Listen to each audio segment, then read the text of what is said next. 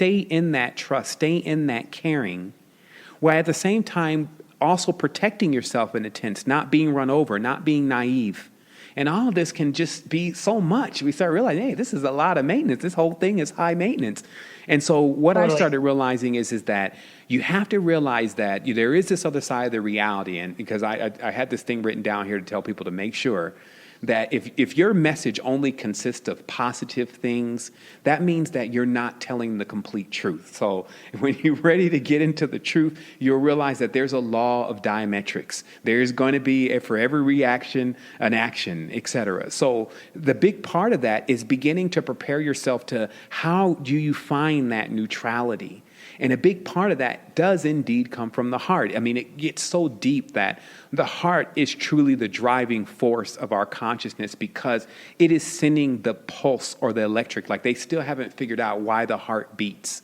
But when the heart beats, if it's beating true, then that beat will fractalize itself at a certain point, penetrate you down to your cellular level, to your DNA level. That's the true aspects of anti-aging. So if you have this beef then with reality and you don't like everything that you see at times, then all you're doing is actually beginning to damage your own heart. And then you're actually in the stage and the phase of what we would say the so-called controllers are in. See, now they have money. So despite them breeding out their empathy through their actions and breeding out their compassion through their actions, they are confined in the reality because they cannot get their heart center back activated.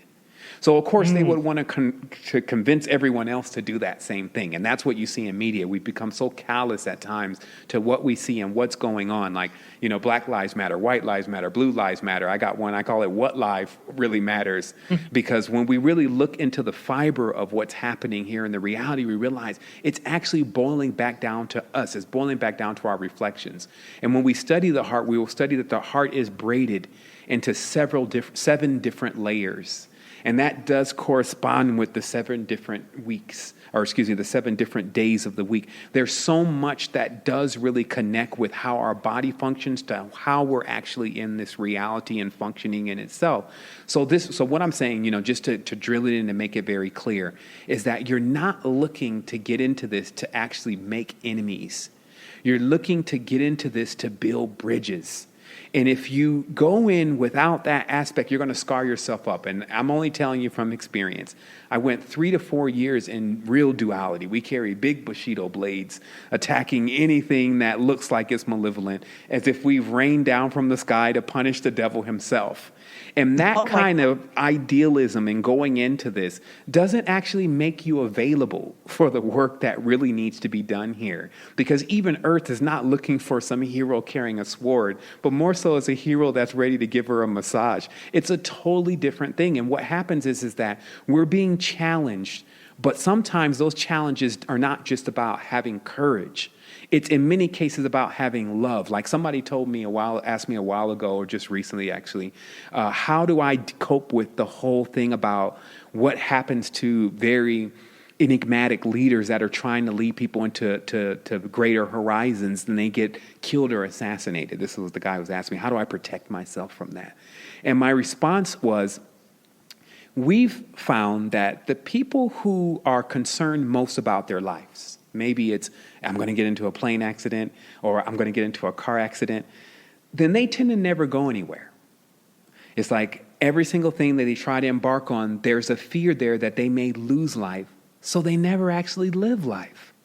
So nothing about this is any different than that. If we're somehow in fear to say anything, or we're in fear to do something. And fears could also mean tackling that ultra complex looking program that once you smack it in the face like a cowardly lion for a few hours, you start realizing that it operates just as basic as building blocks. And it's just the panel itself that and sometimes just the consistent telling yourself that, hey, I can't do this. I can't do this. And so this is a big thing because it's so multidimensional. Like think about all of what we've talked about tonight. if a person looks at that from a spiritual way, they'll gain something. If they look at it from a way of just monetizing and succeeding in the reality from that level of resources, then they'll gain something.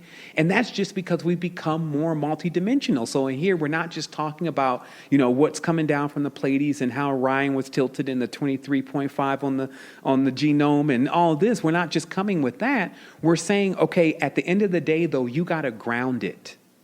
Because a lot of people that have that conscious broadcasting path on the way, they still haven't figured out how to ground the energy. And what happens with ungrounded people is they have a hard time making relationships. Why? Relationships require commitment. Relationships require stability. So this is all connected. It's all a part of it. We have to realize that if we're experiencing some kind of instability and insurity in ourselves and we don't know what we're doing and don't know what's going to happen next, then that doesn't give us the ability to actually grow something. And how we know that is Earth right now is moving at a certain frequency, the Schumann resonance. And the Schumann resonance on the frequency spectrum is definitely not in the high frequencies. So then we can come to this conclusion then that maybe Earth is not as smart or Earth is not as whatever. But that's actually not what's going on. Earth has put itself at a frequency so something can grow. So lives can begin, so bonds can be built, so tribes can be created. Because if this thing is moving at 100,000 hertz, no, we're not even going to be able to stand on it. There's going to be nothing in physicality. So we see then that there's a power in everything that we look at if we have a multidimensional aspect of things. If we don't have that multidimensional aspect of things, we'll be stuck. At times, we'll be frustrated, and all those different things will happen because we'll feel like as conscious people that we deserve more or that things should be this way, rather than saying, you know what, I'm going to change it. I'm going to create it. And this is the big thing that I've learned after doing this for 7 years, because there's millions of impressions that we have all across the world. There are people in different countries that when I set out to do this, I set out with this idea that I was going to change the world. And the interesting part is that I realized that you can actually do that. Despite all the different things that are saying that, well, you need some cash and, you need to be another skin color or, all these different things that the reality tries to throw in front of you and saying, but it's not even possible. We have people that are curing themselves of things that the medical industry has said is incurable. We have people seeing things that there's no real devices that have been created to allow people to have that same kind of vision. We have people creating things that are not even actually here yet. And because of that, that's what we connect into, and that's what gives us our motivation.